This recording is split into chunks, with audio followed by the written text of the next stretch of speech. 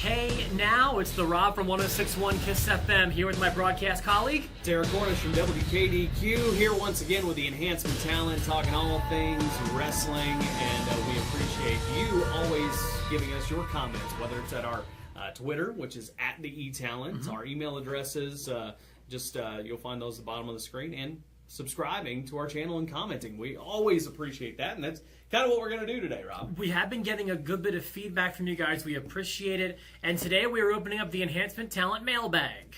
Very cool. Let's, what do you got, Desi? You got a couple. Yeah. Start with one of yours. We'll start with one of mine. An email from our good friend Steve, who's been watching since day one. We appreciate that, Steve. Absolutely, Steve. He was responding to one of our videos, one of our topic videos. We were talking about our favorite moments being a wrestling fan. I remember I said that mine was at WrestleMania 18, Rock and Hogan. I was in the building. I believe you had WrestleMania 8? Yeah, for one of my moments, I mean, when the Warrior came back at WrestleMania 8 and that music hit, I mean, if you'd ever been, and the closest thing I can relate it to, if you've ever been to like a Colts game at the old RCA Dome, Hoosier Dome, you know how loud it was. But I've never heard a moment more loud than when the Warrior came back to save Hogan at WrestleMania 8. Well, as local as that is, Steve has an even more local story about Evansville wrestling. Hey, Rob, to this day, my favorite moment was in 1997, watching Stone Cold and HBK win the tag titles from the second row at Raw and knowing I had been cemented in WWE films. I have never been to a WrestleMania yet, hoping that changes for 32 in Dallas. On a more personal live experience, I was at a house show here at Roberts Stadium. The main event was Diesel, HBK, and Undertaker versus Sid, and Bam Bam Bigelow. Taker and HBK had already come to the ring. Diesel comes out. Everyone has their hands stretched out to touch him. I decide to put my hand out in the high five pose. He walks up to me and slaps the crap out of my hand and grabs it for a split second. He doesn't touch anyone else on his way to the ring. Nice. For me, that was an awesome experience, and that is cool. I love stuff like that. Very cool. And that's like kind of back in the day. Remember when he turned heel, but he was like, "But if you still have the black gloves, I'll you gotta sell the merch." I wonder if it was during that era. And Nash was always the man who knew how to make money. So, yeah, cool. Nash, it's like, sometimes he's a real smart guy, and sometimes not so much. It depends on when you catch him. Yeah. Like, he was a college-educated guy, but then sometimes, the things he said, check the adjective or check the verb, big, or whatever he said. Yeah. So you never know what you're going to get with Nash. What do you have? I've got a comment from only JM is what I've got, who was commented on our YouTube channel and said, talking about the Lucha Underground show that I talked about. He said, I thought the show was very good. Haven't watched wrestling for a while now. I just couldn't handle the American soap opera targeted to 2-year-olds that was happening backstage in WWE and TNA. The one talking about the Lucha Underground looks more like a movie, and it's different. I really like that about it. Also, the fact that they didn't have any commercials during the matches. I might become a wrestling fan again, but definitely not a WWE or TNA fan anytime soon. I lost a ton of brain cells watching WWE and TNA. Okay, all right, I get it. A little harsh on WWE and TNA, but I get where you're coming from there, Jay. But Lucha Underground, and I'm assuming you never found the El Rey Network on your cable system. Huh? Well, I did, and I watched episode 2 last night of the show. I agree. It is kind of like a movie, especially the backstage segments more than anything. Like, it definitely filmed like a movie with the Conan stuff backstage and Prince Puma and all that. But last night, they definitely took a step forward. Hey, okay, here's the deal. They're trying to be different from WWE and TNA. I get that. I'm a fan of different. I'm not a fan of chair shots to the head in this day and age. Fair enough. Unprotected chair shots to the head. We kind of know better now these days of what it can do to you. Thanks, Chris Nowinski. Exactly.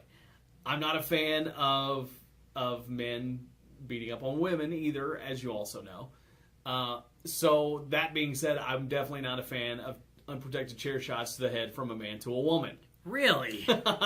And that was the only problem I had with last night's show. Chavo Guerrero makes it clear that he's a heel and hits Sexy Star with a chair to end the show.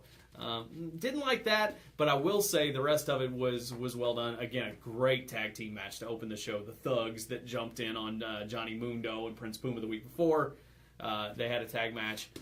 super tag match. So a lot of great wrestling action. They fixed some of the other stuff. The announcer cam's gone now. The crowd sounds maybe a they little bit watched better. the video. Yeah, maybe. So, but anyway, I think he's got a lot of potential. Needs to get on a bigger network to get a little more exposure. Obviously, we've got one guy that can't even watch it. So I'm sure there's a lot more. I gotta tell you though, after a 3-hour pay-per-view on the Sunday before last, and a 3-hour Raw the day after.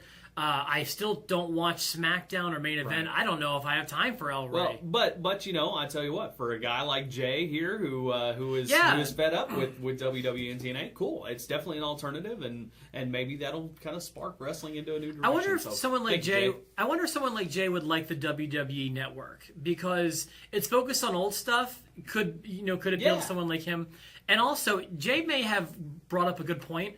I wonder, if a great topic one day for the Enhancement Talent would be, what's the dumbest angle WWE ever did? There's been some dumb ones. Yeah. Maybe there's something for the docket later on. True. I got a lot of feedback, and I'm really glad about this, about the Hell in the Cell pay-per-view, my anger towards that one double table bump. Yeah.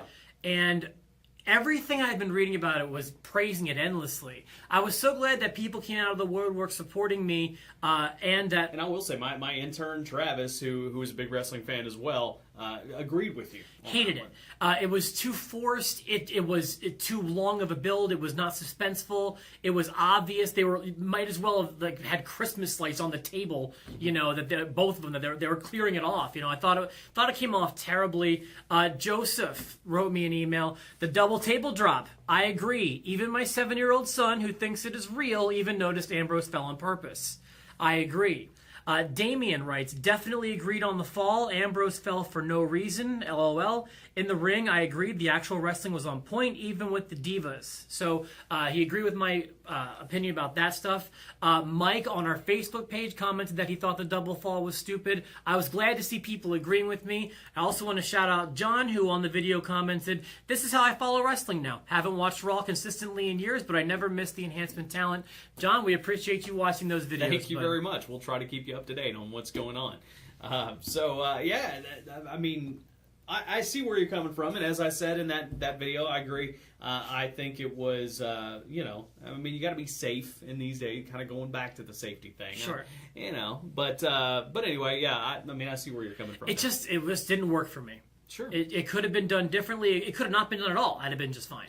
Let me, and before we close things out, I'll give my little mailbag in here too. The one thing I didn't talk about, well, actually we didn't talk about it after Raw, we talked before Raw. So one thing I want to throw in on Raw, besides everything else that happened, and we need to kind of figure out where these teams are going. We might do that in the next episode. But a couple things that I like from Raw. I kind of like where the former Wyatt members are going. We kind of saw something from both of them on Raw. Something's happening, yeah. I liked the Luke Harper video. I'm very excited about what's coming for him. And I thought the one-word promo from Eric Rowan, did you catch that? It was after a diva, right? It was after a diva, but he was talking to Renee Young. He kind of stroked her hair, pulled the mask up, and said, pretty. I like that. I think that's cool. So, sure. So anyway, I kind of like where they're going with those guys. I will say this, and we can bring us up more on Monday. Boy, do I have thoughts about having another match on the network after the 3-hour Raw to begin with. You can probably tell from the tone of my voice how I feel about that. And I think it's funny that we talked about lots of different ways that they could boost the network. And one thing we didn't talk about was dropping the title on the network exclusively. So interesting. But what about that? Well, how about just a 24-hour Raw?